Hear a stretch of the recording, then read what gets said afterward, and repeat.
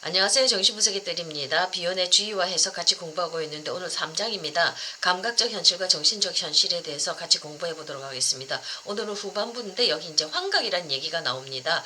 비혼은 계속 이렇게 우리의 정신의 과정, O에서 K로 변형시켜 나가는 그 과정에서 우리의 정신과 사고가 발달해 나가는 그 과정을 추적해 들어가고 있죠. 그걸 아주 깊이 연구를 하셨는데, 자, 이렇게 될 때 이 과정에서 환각이라는 현상이 나타나는 것에 대해서 설명을 하고 있습니다.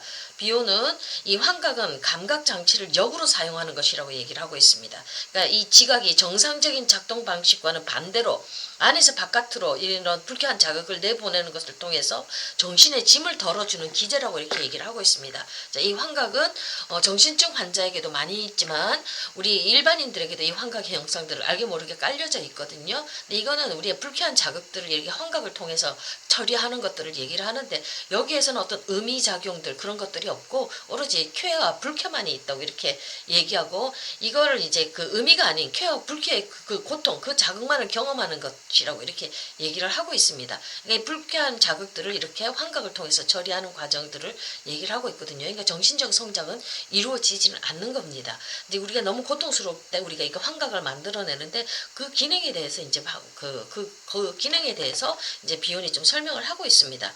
자, O에서 K로의 변형인 이 환각을 해석하기 위해서는 이 분석가 자신도 인격 안에서 O에서 K로의 변형이 일어나야 된다고 이렇게 얘기를 하고 있습니다. 우리 내담자들이 너무 고통스러우니까 이 환각, 환상 현상들을 많이 가지고 있거든요. 그것들을 우리가 알기 위해서는, 내담자들을 잘 이해하기 위해서는 내담자의 그 환각 속으로 우리가 들어가야지만이 우리가 내담자의 그 아픔들, 내담자의 정신체계를 좀 더 잘 이해할 수 있다 이렇게 얘기를 하고 있습니다. 그러니까 이 O에서 K로의 변형, 이 환각을 잘 이해를 해야 되는데 문석가 자신도 이런 O에서 K로의 변형을 먼저 경험해봐야 되고, 그리고 이런 것들이 있다는 믿음, 그 수용적인 태도를 가지고 이게 접촉을 할 때만이 이것이 이제 우리가 그 안으로, 환각 내용 안으로 들어가서 그 환각을 좀 더 잘 이해할 수 있다고 비유는 얘기를 하고 있습니다. 이 환각증 상태 밖에 있을 때는, 우리 내담자의 환각증 상태 밖에 있을 때는 우리가 그 의미를 알 수가 없다는 겁니다. 그렇지만 환각증 안으로 들어갔을 때는 우리가 그 내담자의 그 고통과 아픔을 좀 더 잘 이해할 수 있다고, 그래서 치료적인 접촉이 가능하다고 이렇게 얘기를 하고 있거든요. 근데 이게 환각증 상태에서 파악한 이 의미들은 이성적 사고를 통해서 파악한 의미하고는 다르다고, 차이가 있다고 이렇게 얘기를 하고 있습니다. 이성적인 사고 영역에서는 어떤 관련된 사고들이 있지 않습니까? 그것들을 파편화된 이 사고들을 이렇게 지속적으로 연합하고 거기에다가 네이밍, 이름을 붙일 수가 있는데, 그러면서 이제 의미를 탐색하기 위해서 이런 선행 조건들이 있어야 되고, 그러면서 우리가 의미를 탐색할 수 있다고 얘기를 하는데, 환각증에는 그런 거는 없다고 얘기를 합니다. 환각증 영역에서는 정신적 사건이 그냥 감각인상으로 이렇게 변형되는데, 여기에서 감각인상은 아무런 의미를 갖고 있지 않습니다. 그러니까 의미가 없는 거예요. 정신적인 거하고 상관이 없는 거예요. 감각인상은 쾌 혹은 고통만을 제공할 뿐이에요. 따라서 감각을 통해서 지각되지 않는 정신현상은 이 베타 요소로 변형이 되어진다고 이렇게 얘기를 합니다. 베타 요소는 정신 발달하고 상관이 없지 않습니까? 그 정신의학 개념에 이렇게 들어가지는 않지 않습니까? 그러니까 이거를 베타 요소를 우리가 알파 요소로 만들어줘야 되는데, 이렇게 환각 속에서 이루어지는 건 베타 요소로 변형이 되어지기 때문에 우리의 정신성이 발달하고 사고가 발달하는 데는 아무런 도움이 되지를 못하는 거지요. 자, 이때 베타 요소는 방출과 유입을 이제 반복하고 의미가 아닌 쾌나 고통만을 경험하게 된다고 이렇게 얘기를 하고 있습니다. 여기서 멈추는 게 아니라 이 쾌와 고통을 경험하면서 이 이성적 사고를 통해서 뭔가를 처리해 나가는 게 아니기 때문에, 의미를 경험하지 못하기 때문에 계속 뭔가 불만족이 쌓이면 더 많은 자극적인 것들을 원한다는 겁니다. 그래서 더 많은 환각이 필요하게 되고요. 환자가 스스로 어떤 환각들을 만들어서 그 속에서 있다는 얘기입니다. 그러니까 구조화 된다는 얘기거든요. 환각 안에, 망상 안에, 환상 안에 그 사람이 갇혀있고 그 구조 속에 있다는 얘기입니다. 그러니까 처음에는 조그마한 자극을 통해서 어떤 감각적인 만족과 불쾌를 얻었다며, 이제는 점점 구조화돼서 더 많은 감각적인 만족을 추구를 한다는 얘기죠. 더 많은 쾌를 요구를 한다는 얘기입니다.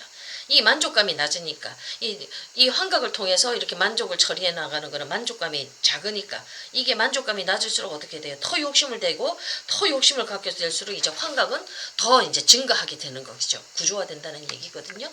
이제 일례로 우리가 처음에 나의 불쾌한 감을 어떻게 합니까? 우리가 작은 술을 술 몇 잔을 통해서 처음에는 이것들을 다스려 나갔다면 나중에는 술 2잔, 처음엔 2잔이 가능했지만 이 2잔만 가지고는 우리의 불쾌감이 이렇게 해소가 안 되지요. 어떤 의미를 찾을 수가 없지요.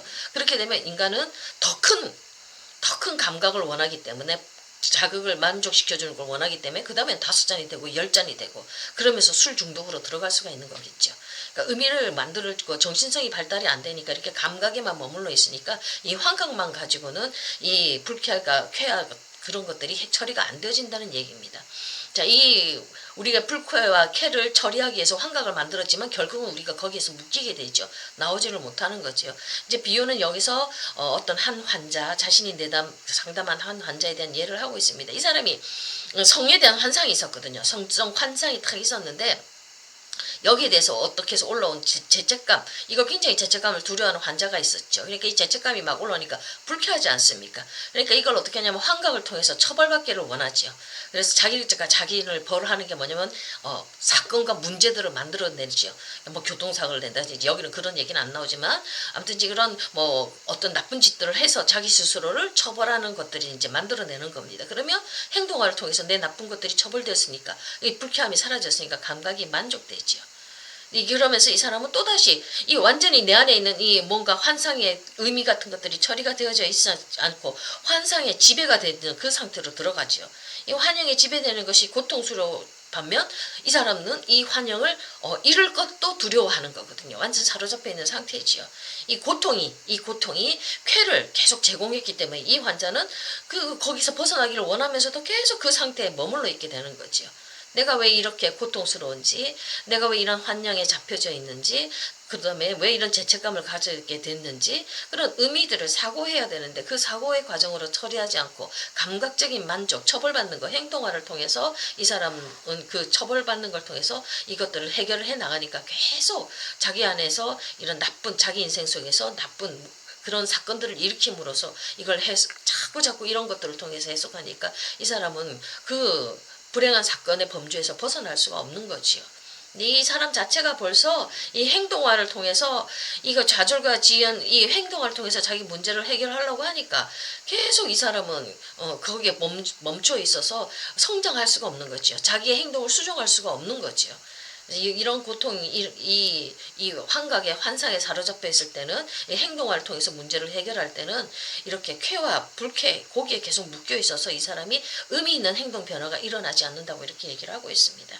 그러니까 이게 환각은 계속 우리가 이거를 통찰로 바꿔줘야 되겠죠. 왜 그렇게 될 수 있는지 의미를 찾는 걸로 바꿔야 되겠죠. 그러니까 환자들에게 있는 이 고통을 피하려고 만든 이 환각을 우리가 이해하기 위해서는 분석가 자신이 먼저 이 환각 속에 들어가서 그 내담자의 환각 속에 함께 있으면서 그것들을 이제 다루어줘야 된다고 이렇게 얘기를 하고 있습니다. 그래야 환자를 더 잘 이해를 하니까요.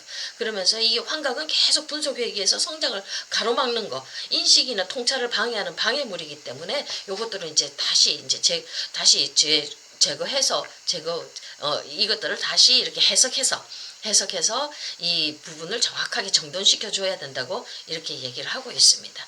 자, 오늘은 여기까지 하겠습니다. 감사합니다.